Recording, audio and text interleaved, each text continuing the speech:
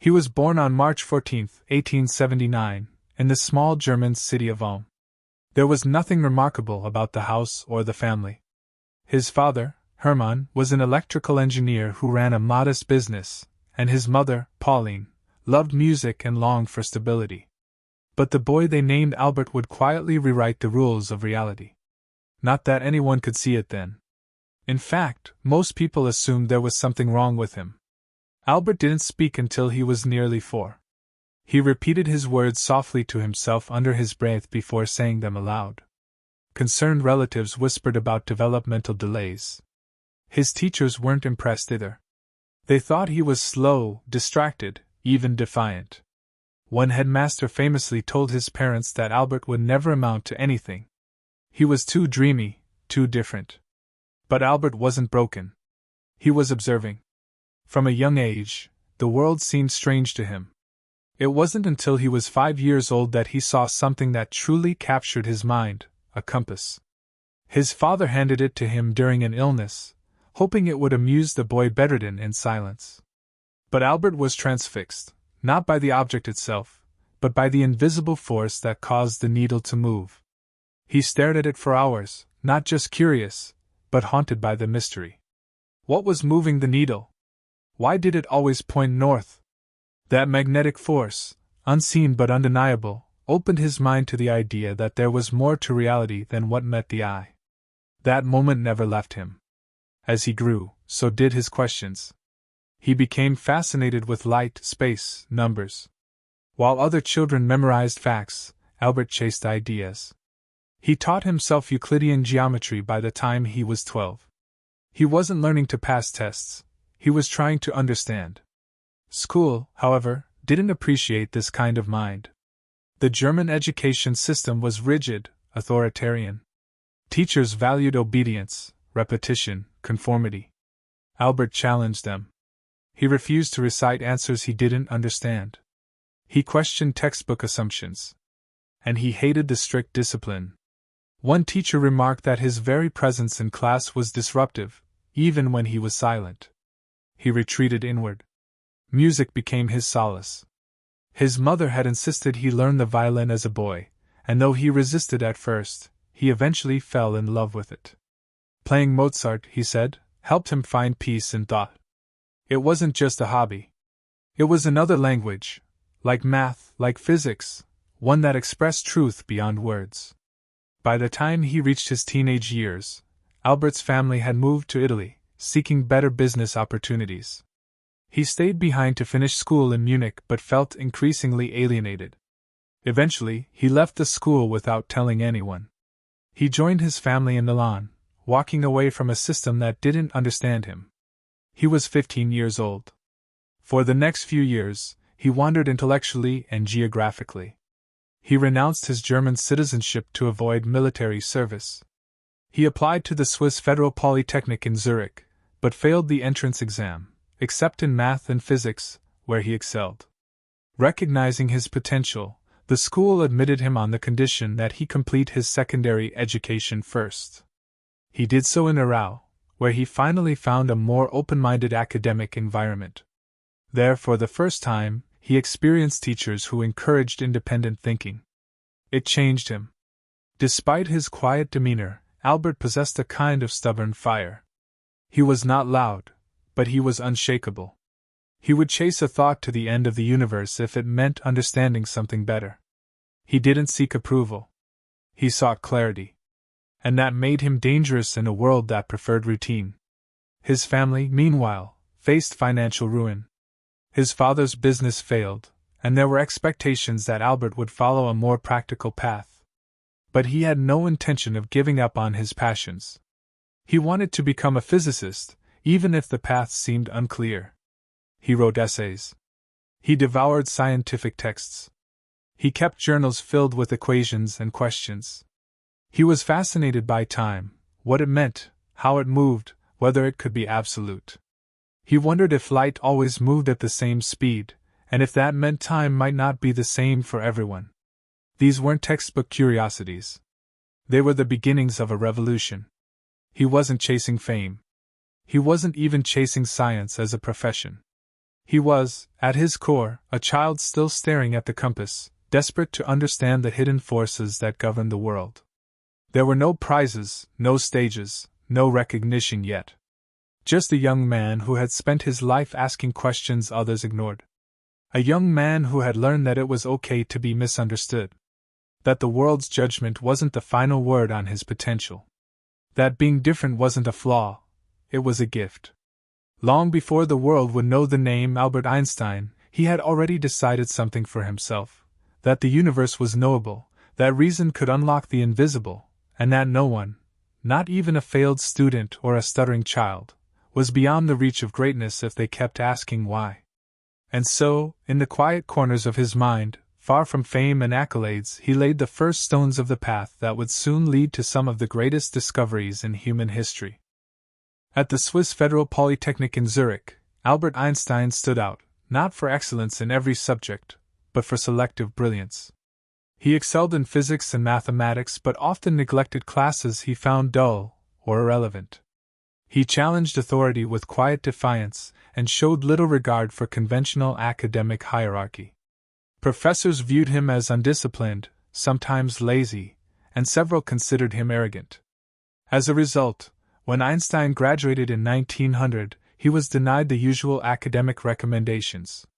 No university wanted him as a teaching assistant. Despite graduating with a diploma to teach physics, he could not secure a single academic job. For 2 years, Einstein searched for employment, relying on odd tutoring gigs to get by. His letters from this time reflected frustration but never resignation. He continued to write, study, and reflect. In 1902, through the help of a friend's father, he secured a position at the Swiss Patent Office in Bern. The job had nothing to do with theoretical physics. It involved evaluating patent applications for electromagnetic devices, but it gave him financial stability and, more importantly, time to think. The Patent Office became an unexpected sanctuary. Free from the politics of academia and the burden of structured research, Einstein thrived in solitude. He reviewed countless technical documents, sharpening his understanding of electrical systems. During breaks, he scribbled ideas in margins and notebooks. At night, he returned home to a modest apartment, where he developed theories with meticulous focus. He was not just dreaming, he was calculating, comparing, challenging assumptions. In these years, Einstein formed what he called the Olympia Academy, with 2 friends, Maurice Solovine and Conrad Habicht. They met regularly, reading works by philosophers and scientists, Hume, Mach, Poincaré. These discussions stretched his thinking beyond formulas into questions of perception, time, and reality. He believed physics should not just describe how things move but also why we see them the way we do. He was inching toward ideas that would redefine modern science. His personal life, however, was complicated. While studying at the Polytechnic, Einstein had fallen in love with Mileva Maric, a fellow student from Serbia. She was intelligent, driven, and among the few women in the field. Their relationship faced opposition from both families, Einstein's for cultural reasons, and Mileva's for social propriety. In 1902, she gave birth to a daughter, Liesl, who either died in infancy or was given up for adoption. Details remain unclear. The child's fate was never publicly discussed by Einstein. Despite hardship, their bond persisted. They married in 1903 and later had 2 sons, Hans Albert and Eduard. But the marriage was not smooth. While both were brilliant, their personalities clashed, and Einstein's growing preoccupation with physics created emotional distance. Professionally, however, 1905 would change everything. At 26, Einstein published 4 papers in the Annalen der Physik, one of Europe's leading scientific journals. These were not mere academic contributions, they were intellectual earthquakes. The first explained the photoelectric effect, showing that light could behave as discrete packets, quanta, rather than just waves.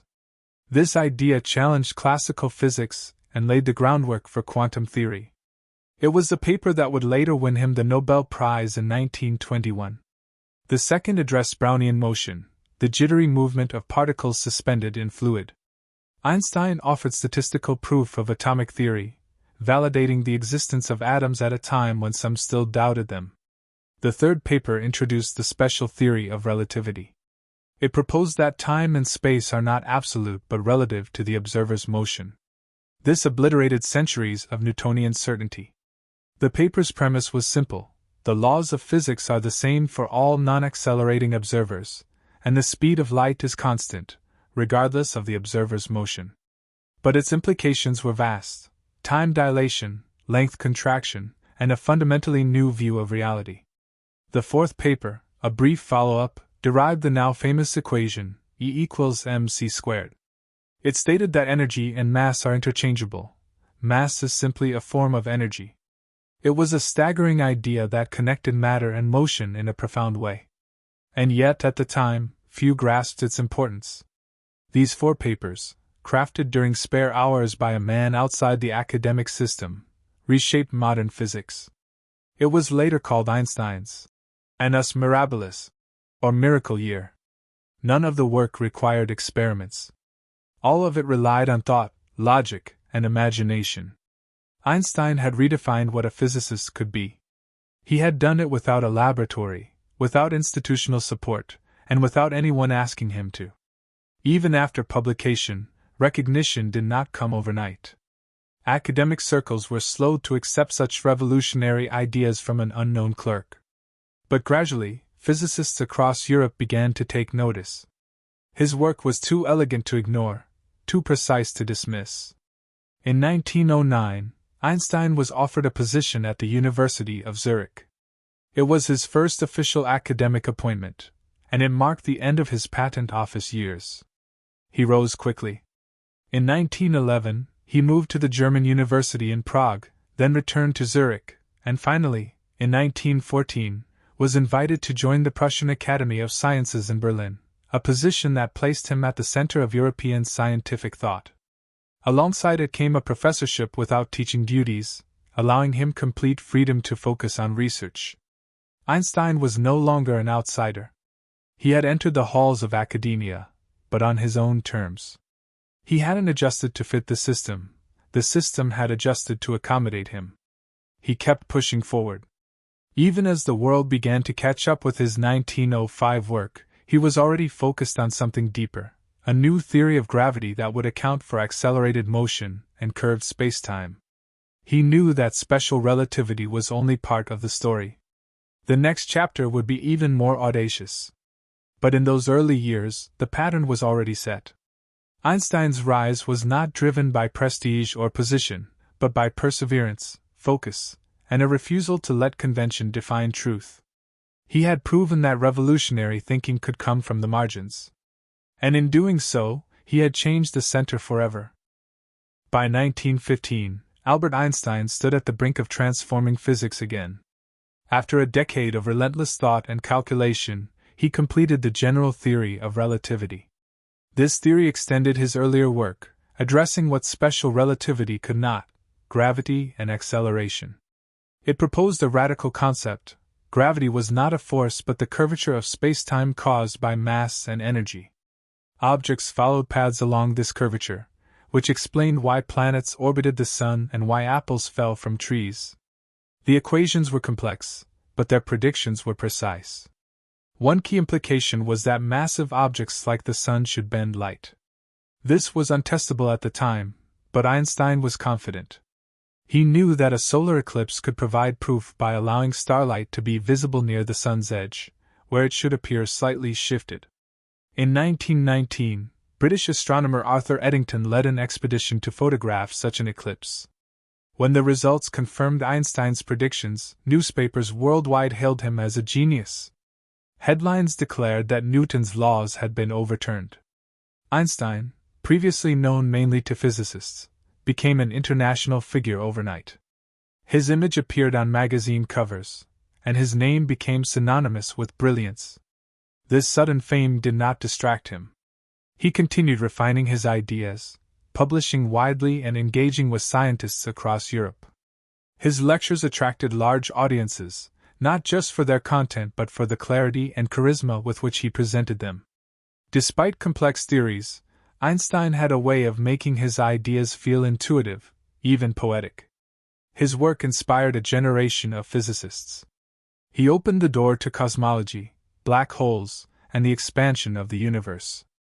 General relativity provided the framework for understanding phenomena that would be observed decades later, such as gravitational waves and time dilation near massive bodies.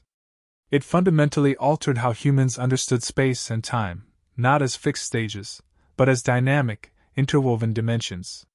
Yet Einstein never sought fame. He often expressed discomfort with celebrity, insisting that he was a scientist, not a spectacle. Still, his popularity only grew. Invitations poured in from around the world. He visited the United States, the United Kingdom, Japan, and other nations, often greeted with fanfare reserved for political leaders. Crowds gathered to hear him speak, though few understood the science. They came for the man who had redefined reality. Einstein used his fame carefully. He supported causes he believed in, including education, international cooperation, and civil rights. He warned against nationalism and promoted unity among scientists across borders. He saw science not as a national pursuit, but as a human one. He refused to be used for propaganda, even as governments tried to associate themselves with his image. In the early 1920s, he was awarded the Nobel Prize in Physics. Surprisingly, it was not for relativity, which was still controversial in some academic circles, but for his explanation of the photoelectric effect, a foundational piece of quantum theory. This recognition cemented his place in scientific history, even though by then his influence had already become global. Despite his contributions to quantum mechanics, Einstein grew increasingly uneasy with its philosophical implications. He accepted its mathematical predictions but questioned its randomness and indeterminacy. He famously said, "God does not play dice with the universe." He believed that deeper laws governed reality, laws that were yet to be discovered. His position placed him at odds with younger physicists like Niels Bohr and Werner Heisenberg, who embraced quantum uncertainty. Still, Einstein continued to participate in scientific discourse, offering critiques and alternatives. He spent years attempting to develop a unified field theory, a single framework combining gravity and electromagnetism. Though he never succeeded, his efforts reflected his belief in simplicity and order at the core of the universe. In parallel with his scientific work, Einstein maintained a strong connection to music, philosophy, and literature. He believed creativity was essential to discovery, and saw imagination as a tool equal to logic. He read widely and wrote essays on ethics, politics, and religion, always with the same precision he applied to physics. He often said that science without religion was lame, and religion without science was blind. He also held strong views on education. He criticized systems that emphasized memorization over understanding and called for teaching that nurtured curiosity rather than conformity. To Einstein, learning was not about answers but about the courage to ask questions. He saw education as a lifelong process driven by wonder, not reward. As the 1920s progressed, Einstein became increasingly involved in international diplomacy. He joined the League of Nations Committee on Intellectual Cooperation and advocated for the peaceful exchange of knowledge across nations. He believed science could bridge cultural divides and foster mutual respect. Though he remained neutral in many political conflicts, he was not silent. He condemned militarism and warned of the dangers of authoritarianism, often speaking out against the rising tide of extremism in Europe. During this period, his personal life became more public. His marriage to Mileva Maric ended in divorce.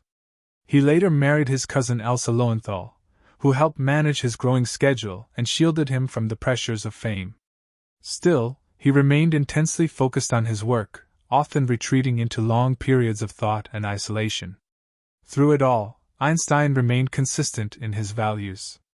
He resisted the lure of power, rejected honorary political roles, and stayed grounded in scientific inquiry. He valued simplicity in living and clarity in thought. Even when recognized globally, he maintained a humility that distinguished him from many of his peers. By the end of the 1920s, Einstein had achieved more than most scientists could dream of in a lifetime. His theories were reshaping astronomy, physics, and philosophy. His insights had practical implications, from GPS systems to atomic energy. And his name had become a symbol not just of intelligence, but of vision. What made Einstein different was not just that he solved hard problems. It was that he asked questions no one else thought to ask. He didn't add to what was known, he changed the shape of knowing itself. His legacy was no longer just theoretical. It was becoming the foundation upon which the future of science would be built. By the early 1930s, Einstein was one of the most recognized figures in the world. But admiration offered no protection from the storm brewing in Europe. As a German-born Jew, his fame made him a target. When Adolf Hitler rose to power in 1933, Germany's political climate turned dangerous. Anti-Semitic rhetoric escalated, and intellectuals were declared enemies of the state. Einstein's works were publicly denounced, his books burned, and his property seized.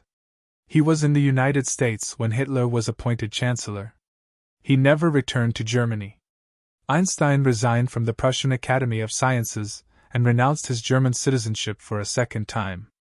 He settled permanently in the U.S., accepting a position at the newly established Institute for Advanced Study in Princeton. Though welcomed as a scholar, he arrived in America deeply disturbed by the rise of fascism. He recognized early that Hitler posed not just a national threat, but a global one. His warnings, however, were initially ignored. Many underestimated the Nazis or saw the developments as internal German matters. Einstein, having witnessed what hatred could unleash, began using his voice beyond science. He spoke openly about the dangers of nationalism, authoritarianism, and racial ideologies. He raised funds to help Jewish scientists escape Europe and urged nations to prepare for the reality of war. He understood what was coming long before most. As World War II loomed, a new fear gripped him, the possibility that Nazi Germany could develop nuclear weapons. The discovery of nuclear fission in 1938 by German scientists Otto Hahn and Fritz Strassmann indicated that an atomic bomb was theoretically possible. If Hitler acquired such power, the consequences would be catastrophic. Though Einstein had never worked on weapons and abhorred violence, he felt a moral obligation to act. In 1939, Hungarian physicist Leo Szilard approached Einstein with a draft letter to President Franklin D. Roosevelt, warning of Germany's potential atomic research. Einstein signed the letter. That signature, added to words he didn't write, prompted the United States to begin what would become the Manhattan Project. Einstein himself was never invited to join the project. U.S. intelligence officials, concerned about his political views and associations, deemed him a security risk. He remained unaware of the project's details until after the bombs were dropped. Still, he understood the role his influence had played in its inception, and the burden of that knowledge weighed on him. When Hiroshima and Nagasaki were destroyed in 1945, Einstein was devastated. Though the war ended, the cost in human lives was unbearable. He expressed deep regret for his role in alerting Roosevelt, stating later that if he had known Germany would fail to build a bomb, he would never have signed the letter. The irony was cruel. His equation, E equals mc squared, though theoretical, had become a symbol of destruction. In the aftermath, Einstein became an outspoken advocate for nuclear disarmament. He co-founded the Emergency Committee of Atomic Scientists to educate the public on the dangers of atomic weapons and promote peaceful use of nuclear energy. He gave interviews, wrote articles, and signed manifestos urging world leaders to prevent a future defined by mutually assured destruction. He didn't limit his activism to science. In the United States, he quickly became aware of the country's racial injustices. He compared systemic racism to the anti-Semitism he had fled in Europe. He joined civil rights organizations, spoke at historically black colleges, and developed friendships with prominent black intellectuals, including W.E.B. Du Bois and Paul Robeson. In 1946, he declared racism America's worst disease, a statement controversial at the time but consistent with his lifelong pursuit of justice. Despite growing political tensions during the Cold War, Einstein refused to remain silent. He was critical of McCarthyism and the suppression of dissent in American politics. He opposed loyalty oaths and denounced the persecution of those with unpopular opinions. Though many urged him to stay out of political affairs, he saw silence as complicity. He was offered the presidency of Israel in 1952 after the death of Chaim Weizmann. The symbolic gesture honored his Jewish heritage and global stature, but Einstein declined. He felt unqualified for political office and uncomfortable with nationalism in any form. He preferred the role of thinker, advisor, and moral compass, not head of state. Even in his final years, Einstein continued to pursue a unified field theory, a framework that would reconcile gravity and electromagnetism. Though the effort never produced results that matched observation, he never abandoned the quest. The search itself mattered to him, even without closure. To him, unanswered questions were not failures but invitations. He remained in Princeton, living simply, walking to his office daily, and engaging with students, scientists, and visitors.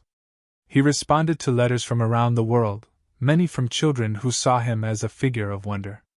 Despite growing frailty, his intellect remained sharp. He kept writing until the very end. Einstein's integrity never wavered. He refused to align himself with power for its own sake. He remained suspicious of ideologies that demanded blind loyalty. To him, thinking independently was both a right and a responsibility. He once said, "Unthinking respect for authority is the greatest enemy of truth," a principle he lived by in both science and public life. The contradictions in his legacy were clear. The man who revealed the immense potential of atomic energy had also catalyzed a global arms race. The scientist who prized logic and reason spent decades opposing the political systems that often misused them. Yet through all of it, Einstein retained moral clarity. He saw science as a tool, not a master. What humanity did with knowledge was a reflection of values, not equations. By the time the Cold War set in fully, Einstein had become not just a scientific icon, but a symbol of conscience. His voice carried weight beyond laboratories and universities. When he spoke, people listened, not only because he was brilliant, but because he was honest. In his later reflections, he expressed disappointment that mankind's technological advancement had outpaced its moral growth. But he never lost hope entirely. He believed that reason and compassion could guide civilization forward, if only they were given the chance. Einstein never claimed to have all the answers. But he believed in asking the right questions, and in standing for what mattered, even when it came at a cost.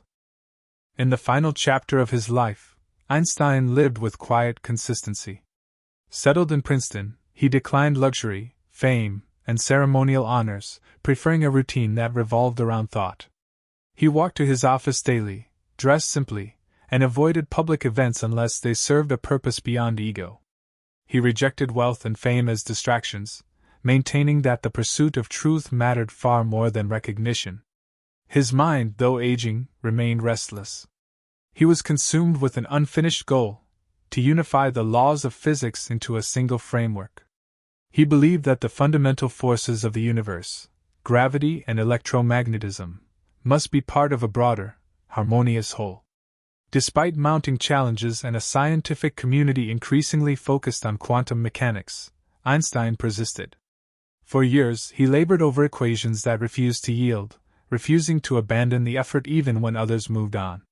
The search defined his final decades, not because he expected success, but because he believed it was the right question to ask. Though his theoretical work slowed, his influence continued.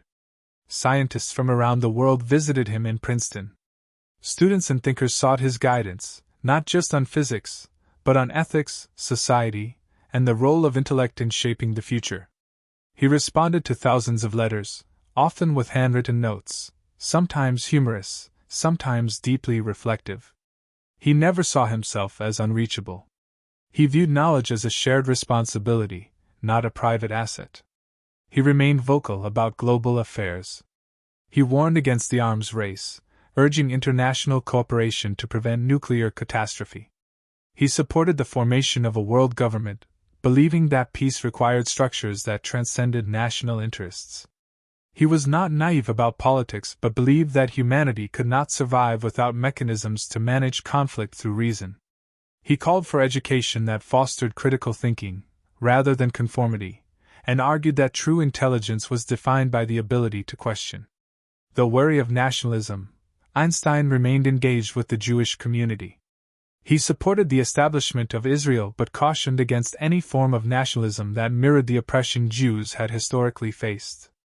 He rejected tribalism in every form, emphasizing shared human dignity over identity politics. When offered the presidency of Israel, he respectfully declined, citing his lack of political experience and discomfort with holding power. He valued integrity over title. As he aged, Einstein's health began to decline. In 1955, he experienced an internal hemorrhage caused by a ruptured abdominal aortic aneurysm. Doctors recommended surgery, but he refused. He believed life should end with dignity, and saw no value in artificially prolonging existence. On April 18, 1955, he died in Princeton Hospital at the age of 76. His last words, spoken in German, were never recorded, spoken to a nurse who did not understand the language. After his death, controversy emerged. Without permission, a pathologist removed Einstein's brain during the autopsy in hopes of uncovering the source of his genius. It was dissected, photographed, and preserved in pieces, later studied by scientists attempting to draw connections between structure and intellect. Though the act was ethically questionable, it reflected a broader truth: the world was still trying to understand him. His legacy, however, was never just anatomical. It lived in the principles he championed and the questions he left behind. His contributions to physics formed the foundation of modern science. Technologies from GPS to nuclear energy, space travel to time measurement, all trace back to his equations. General relativity, once considered abstract, became essential for understanding black holes, gravitational waves, and the expansion of the universe. The predictions he made decades earlier were confirmed long after his death, reinforcing the accuracy and scope of his vision. Beyond science, his ideas permeated culture. His name became shorthand for genius, his image iconic, wild-haired, thoughtful, sometimes playfully irreverent. Photographs of him sticking out his tongue or riding a bicycle made him more relatable, showing a man who took ideas seriously but not himself. He became a symbol not just of intellect, but of individuality, curiosity, and conscience. His writings on peace, ethics, and human rights continued to inspire activists, educators, and thinkers. He advocated for freedom of speech, the importance of doubt, and the value of independent thought. He believed that morality was not the product of religion or law, but of empathy and understanding. He wrote that the highest calling of humanity was to serve others and to live with humility before the vastness of the universe. Einstein's approach to life was grounded in a deep awareness of mystery. He often said the most beautiful thing we can experience is the mysterious, that it is the source of all true art and science. He never claimed certainty where it could not exist and urged others to resist the comfort of easy answers. He encouraged a mindset of exploration, of awe in the face of nature, and of continuous questioning. His views on God and spirituality were often misunderstood. He did not believe in a personal deity, but neither did he see the universe as random. He spoke of a cosmic religious feeling, a reverence for the order and beauty of the natural world. For him, science and wonder were not in conflict. They were inseparable. In classrooms, labs, and lecture halls across the world, his equations still shape the way reality is measured. But more importantly, his life shapes how knowledge is pursued. He showed that creativity and logic can coexist. That stubbornness can fuel breakthroughs. That ideas have power, not because they are popular, but because they are true. He left behind no vast fortune, no corporate empire, no political dynasty. What he left was a map, a way of thinking, a set of values, and a challenge to every generation that followed, to ask better questions, to think freely, and to never stop wondering. In the end, Einstein was not remembered only for what he discovered, but for how he lived.